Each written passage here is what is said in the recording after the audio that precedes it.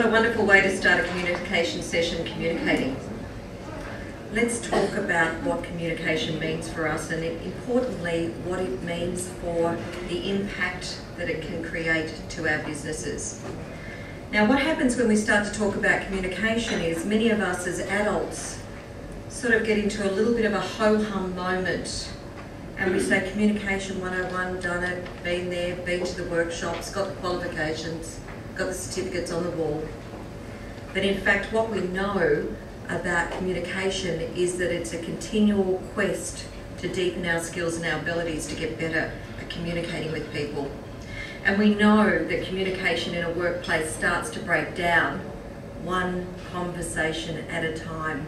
We know we strengthen communication one conversation at a time.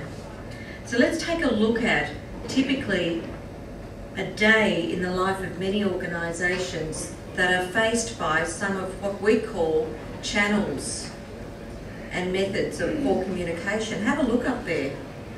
Now, I want you to just create a linkage and an awareness with yourself about some of the points that are raised there and whether or not you've been a part of that experience yourself. Let's go through some of those. I know I'm looking at some faces saying I can't really read all of the words, but let's go through that.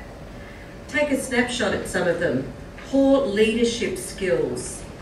The ability for someone who's in a leadership position on paper not to be able to lead their people through poor communication.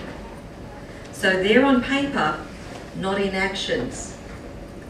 If we have a look at this term called emotional intelligence, the ability to read the way your emotions impact people and the impact it has on not only them, but the colleagues they work with, the ripple effect of that, the way that you're able to read how your emotions impact the way that you make decisions, good or bad, emotional intelligence. Poor listening skills, and we're going to have some listening skills activities today where we're going to do some testing of your listening skills. Is that okay? Good. All right.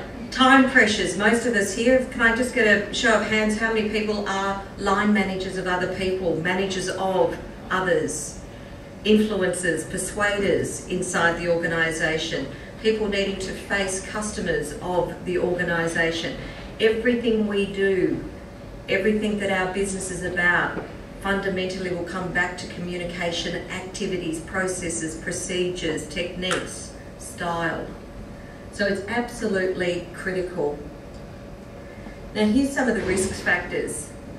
We know staff engagement at the moment is one of the hot topics. How do we keep good people once we've got good people?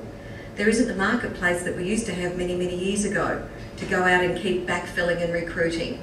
How do we keep good people? One of the basic things is we learn what makes them tick and how well to communicate with them. That is a basic fundamental we've got to get right.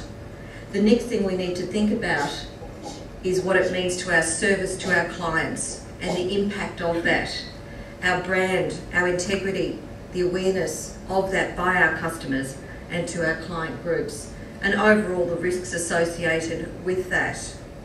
Now, let me ask, I fessed up, I started work in 1978, I was a child slave labour, obviously, okay? But let me ask, how many of you were children of the 50s, 60s, or potentially the early 70s? Thank God, wear it with pride, all right, boomers of us.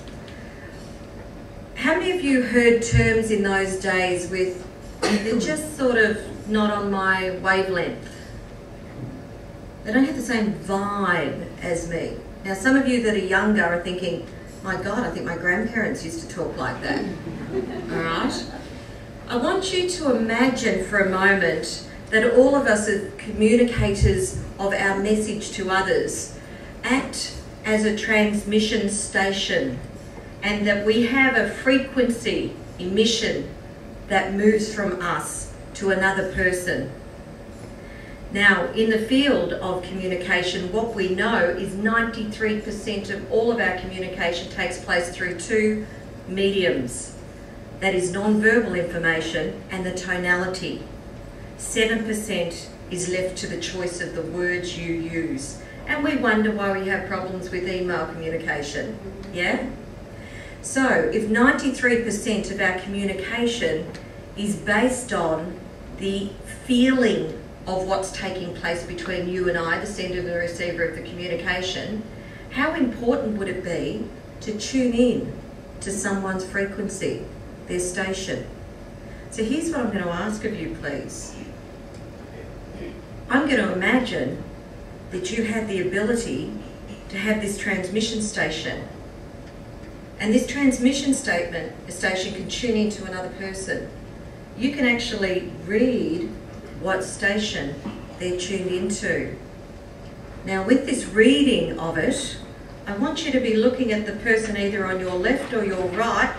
Pick a buddy, and if your eyes are down, someone will find you, okay? Pick a buddy, left or right. And I want you to imagine that you are actually tuning into their frequency. What would it be? Would it be AM, FM? Would it be 101 Good Time? Would it be ABC? Okay. Would it be none of the above? Would it be classical music?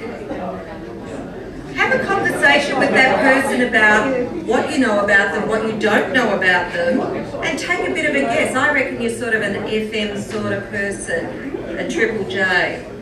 Alright? Have a guess at the frequency of the person you're sitting next to, please.